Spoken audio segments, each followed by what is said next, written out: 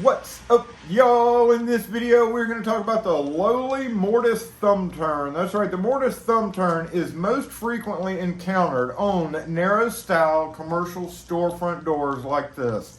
Nowadays, a lot of times they have push bars on them, but there are millions and millions of standard deadbolt style, narrow style front doors on businesses just like this one. And these take a lot of abuse because sometimes they are locked very frequently throughout the day, more so than the key would be used on the opposite side. And as such, it may become hard to open. So in this video, if you're the owner of one of these, we're going to go over kind of taking it apart if you have to lubricate it, which is one of the main things that you can do to keep it going for a while. However, they do wear out on the inside, and there are indicators that should tell you something's going on. So basically, you would have a thumb turn on your storefront glass door just like this, and over time it starts getting a little hard to turn.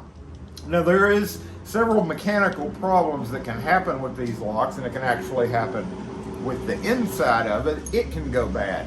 However, you can tell the difference between if it's the thumb turn or the lock by turning it. If the thumb turn won't turn at all, which is most frequently the case, that means the thumb turn's bad. If it turns and goes into this position, right where it starts to lock, but it won't, do its thing, that means the mortise lock is bad. So we're not talking about the mortise lock or the body of it in this video, but we have done other videos on it in the past and plan on doing more videos in the future. This one's focused on the thumb turn. So if it's really hard to turn, or if there's no snick, if you listen, if you feel a little snick there, if it just freely turns or turns all the way around and doesn't work, it could be a loose screw. Something could be wrong with the cam on the inside. That's the part that interfaces with the lock. That's that guy right there. But again, most frequently, if it won't turn or if it's getting hard to turn, easiest thing to do is get a good quality lubricant. We sell and recommend Houdini. They also, same company, makes a product called Super Slick Stuff. Either one of these are great.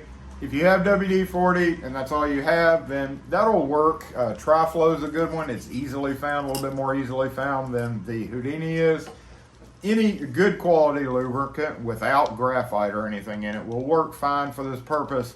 Even WD-40 will answer the question for you. So, seized up thumb turn, won't turn, grab a paper towel, grab your lubricant, and right here where it meets that, you want to kind of spray it there. And while you're here, you can kind of spray it here. Some of these thumb turns actually have open tops in them, believe it or not. They're basically cylinders, mortise cylinders, that have a thumb turn in it. So they're capped and they're made just like a mortise cylinder would be. What happens is there's a ball bearing on the inside of this that's spring loaded, and that's what provides that positive stop. If it doesn't have the positive stop on it, you can accidentally leave the thumb turn in a down position, and what happens is if you come in with the key on the other side and try to turn it, it can actually jam up the bolt. So that positive stop is important to make sure that the cam on the inside stays in this position. As a owner of a business, if you have one of these, you want to make sure that when you unlock it, that it goes back into that snicked position. If there is none, like this one's pretty much gone, so I would recommend going ahead and replacing it if you don't feel that positive stop. Now on the same token, and I'm going to put the video up here, the positive stop is what causes the problem long term, because that ball bearing is pushing into a cylinder, a chamber hole, and it wallows it out, as you can see in this video right here. Once that happens, and it just gets worse and worse, there's no repair for it. At that point, you need to purchase a new mortise cylinder. There's 3 different versions out there. We prefer the GMS and the LSDA. LSDA is basically an Ilco mortise cylinder. The 2 differences in GMS, which are the 2 popular ones, and Ilco is the Ilco has a smaller thumb turn. The GMS kind of has this, what I call bulbous. Bulbous, it's easier to use than this little guy. Now they do have their places because some doors have a very close trim and it makes it really hard to turn this guy because the frame is right there blocking it. in that case, the smaller thumb turn may help. So when you're looking for it, you want to make sure it's a solid brass, quality, branded, like GMS or LSDA. Both of these are our preferred. There are 3 different sizes. The most common one is 1 inch for this kind of door, but there are 1 1/8 inch, and there is 1 1/4 inch. And that's what these spacers are for, to space out the gap that's there. So if you have lubricated it like I just did, and you sprayed it on there, oh, by the way, while you're here, go ahead and just shoot up a little lubricant, just like that. Won't hurt a thing. In fact, it'll probably help. And then just slowly try, and then it may totally free up. You know, if it doesn't free up, if it's still hard to do, that's when you're thinking about, well, we may have to switch it out. So grab a Phillips number 2 screwdriver. There's several different configurations of this on doors. This particular one, some of them have a plate. This is a plate that covers up the screws that hold the cylinder in, so you have to remove this plate.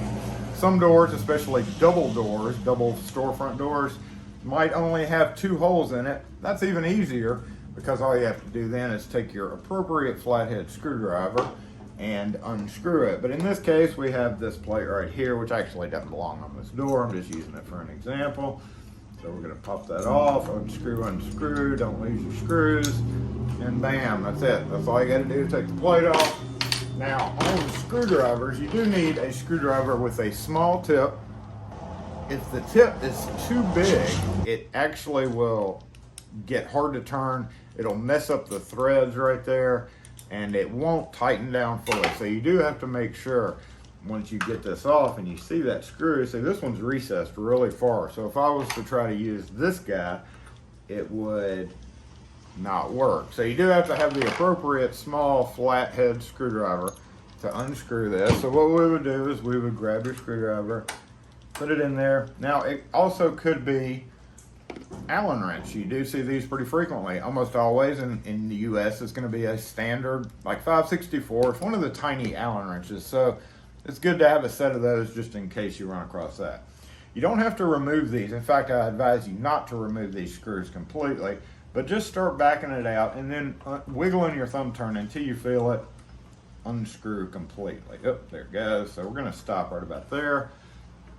Now, if your screw is sticking out after you do this, don't let the door close, because that screw could hit the frame and snap off. So once you unscrew your cylinder, just like that, and if it's sticking out, make sure the door's propped open, or kind of screw it back in a little bit. All right, so here we have the mortise thumb turn cylinder, and as I mentioned, there's spacers involved. This one is 1 1/8 inch, so we had to use a little bit different setup of spacers, just a little bit longer.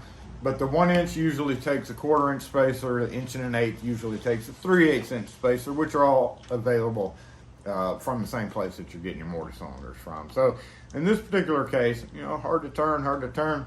Here's where we're at now that we got it off. We're going to take our lubricant. We're going to shoot it in here first, because why not? Great. And hit your keyhole too as well. And here we're just going to lubricate it right there. We're just gonna do that. Kind of let it seep down in there. And again, if you are handy, remember there is a ball bearing and a spring in here, but you can unscrew these 2 screws like I'm showing you right here in this video, and drop the cam off and carefully ease that out, and then just lubricate the whole cylinder. However, in this case, we're just going to pretend it works. Yeah, it works. It's got still a good click. Make sure and grab your spacers that you had on there if it was spaced out correctly. Now, obviously, I've got a dark bronze and a metal bigger spacer. There's also a whole lot of spacers that could be used. You might want to consider getting a guard ring, which is a cylinder or a ring that covers this, so that from the outside, if somebody tries to clamp a pair of pliers on it like I have here, they wouldn't be able to. It slips off and it spins. That's a little bit extra protection. Actually, a lot of extra protection for your cylinder. All right, so we're going to screw it back in.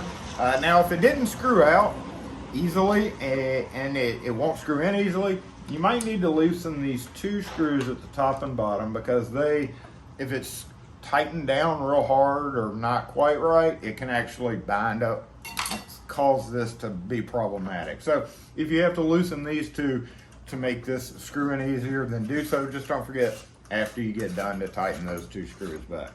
So we're going to go in. Now you don't want to go in too far, and these rings are supposed to move themselves. So what happens if you screw it in too far is that cam on the inside here is going to, I'm going to show you on this one what happens because it's easier to see.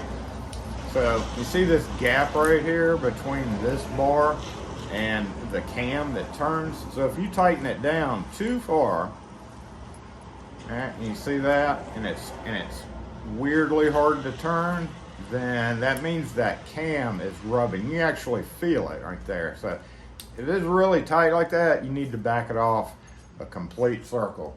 It does have to be up and down. So if you were looking at the face of this with this in that position that snicks into place, you want it at 12 o'clock and 6 o'clock, just like the key cylinder on the outside. So we've got that in. We're going to hold it still and test it. Seems to be doing good. Lock seems to be doing good. We're going to tighten our screw back down here. Now usually what I do is I'll kind of wiggle this back and forth as I'm tightening the screw down, just like that. And what's happening there is that screw is going into this groove. And by wiggling it as you're turning it, you can feel that screw slip off of the ledge and into the groove. By putting it into the groove, you're making sure that cylinder's lined up. So if you tighten it down and the cylinder or the screw is sticking out a little bit, that means it's off just enough so that that screw is not dropping into that groove, which is necessary. It's what the groove's there for. So we're going to go ahead and tighten this down the rest of the way, just like that.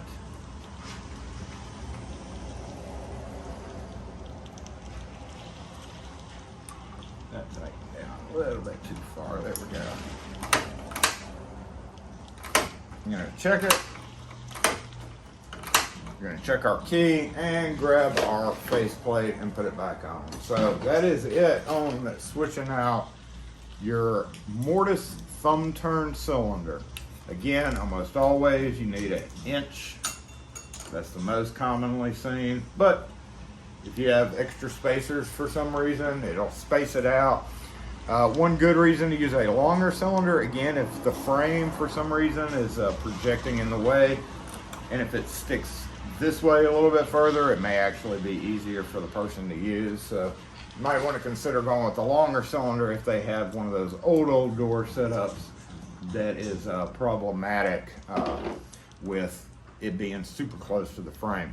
The only other thing you might run into is no screws, no holes.